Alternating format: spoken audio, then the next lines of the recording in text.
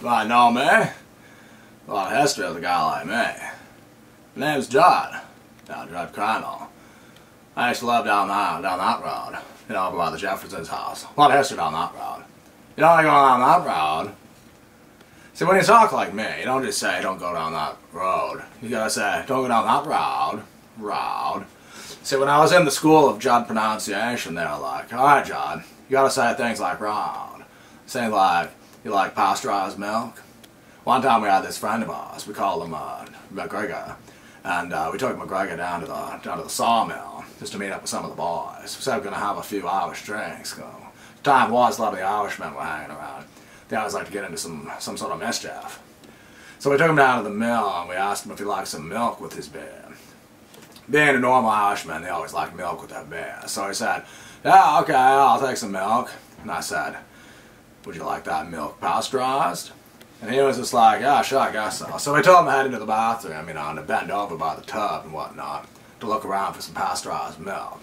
He was, you know, scrounging around looking for a little while there. And finally the boys, they decided, you know, started like grabbing them and molesting them and stuff. Because time was, that's what we did, you know, occasionally for some reason. I guess maybe that didn't happen. But either way, not long after that I had a son. Not sure how that happens. Something mystical. He was a pretty crazy guy, you know. Got in a motorcycle accident, driving real fast, about 190 miles an hour. He's going down this road by Los Angeles. You know, that road, no, not that one, but like, you know, way over there. You don't want to go down that road. You're driving down that road, you know, real fast, about 172 miles an hour. Then all of a sudden he hit the milk truck. Milk truck, yeah, at that time, they were real strong, you know, like that. You couldn't just break a milk truck. You hit that thing and you know it, you'd go flying. Hit the milk truck and, you know, it hit his head and his brains, they flew out all over the place. So it was safe to say he was dead.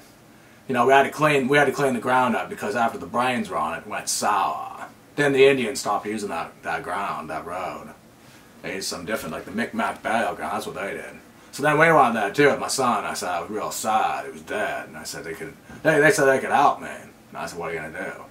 So we're going to bury him right here on this burial ground. Then he's going to come back. And I said, well, that sounds about right. Okay. Come back in about 3 days, you know, kind of like Jesus. Jesus was a tough guy too, you know, he could survive death with crucifixion and whatnot. I remember Jesus, he liked his milk pasteurized too. Apparently. Anyway, my son came back and all of a sudden he was Gary Busey. And I was like, Gary Busey, what are you doing here? Anyway, Gary Busey's going to talk for a while. I'll probably drown your ears with my nonsense. Here's Gary Busey, hold on a second. They gave me a haircut. Usually my hair is like all out and whatnot. Yeah, I died a long time ago. And if you listen to me, I'll take you 5,000 miles from heaven. Yeah, that road I was going pretty fast. You probably wonder what I was doing going that fast. Was I going to one of my girlfriend's house? Was I stalking? I don't think so. See, there's this meatball sandwich place. They make the best sandwiches you ever had. Utah, can you give me 2?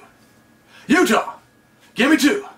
Maybe 3, but 2. No, 2. I'm going to tell you a story about this guy that was seeing this girl.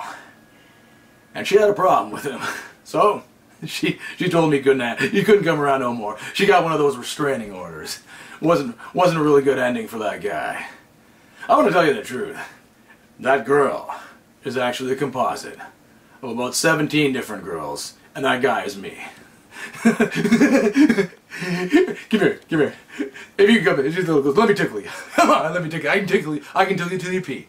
I can tickle any man and make him pee. I tickled Michael Lansburg once. You can look it up on YouTube. You can't even look it up on YouTube anymore. They took it down. They took it down. Well, here's the thing. This was going to be the last video. The last video of the 4-week voice challenge by Derek Two-Shot. What a great guy. He had a brain injury too, just like me. We're like soul brothers. You know, sometimes I like to do cocaine. Coca-Cola. I like the way its sweet syrup enriches my veins.